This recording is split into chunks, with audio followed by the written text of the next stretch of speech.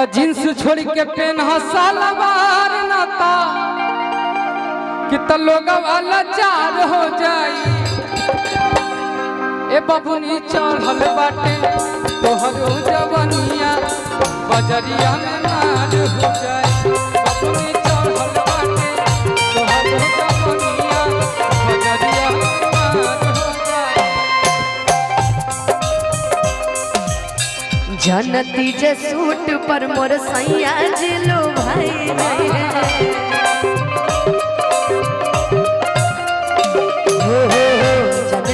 Suit पर मोर बलमा जिलू भाई गई है। किस्म किस्म के हम पहनती हमारे राजाऊ हो, किस्म किस्म के हम पहनती। जब से तुझे देखा इस दिल में आराम नहीं, मेरे होठों पे एक तेरे सिवा कोई नाम नहीं।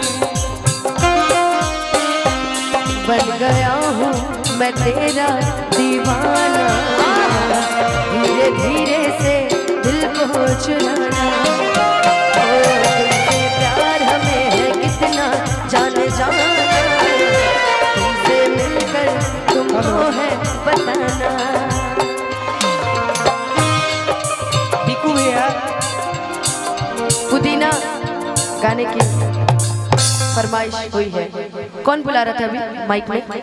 हाँ भाई बुला। एगो पुदीना हो जाओ और ओकर बाद एगो चाचा के मन के भैरवी और ओकर बाद ठीक ठीक बा ठीक ठीक। और आप नहीं गाइएगा?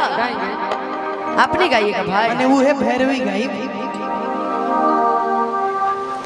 ठीक ठीक। तुम पुदीना गा ले, उसके बाद आप चैता गा लीजिए। वो वाला जो भाई फरमाइश कर रहा वो वाला गा दीजिएगा, ठीक है? पुदीना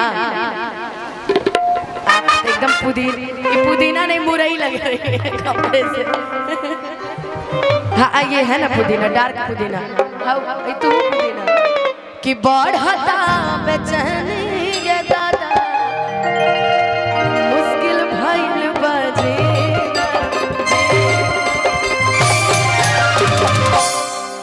अब जिद्दी अंकल आप उतना दूर हैं, आपसे पुदीना बुलवाने वाले थे, जरा वहीं से बोलिए तो पुदीना।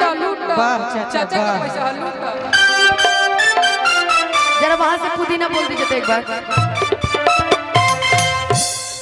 अरे बोलिए ना, आपके लिए तो अभी हमको ये भी गाना है कि हमारा प्यार के बदला में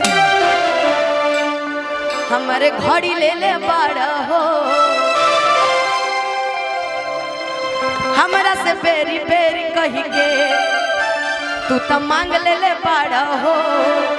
दे दिए जैसे पहले कि वापस कई दा अनंत जबिए में धोई दो कि अब जा चाचा तू ता चिन्हा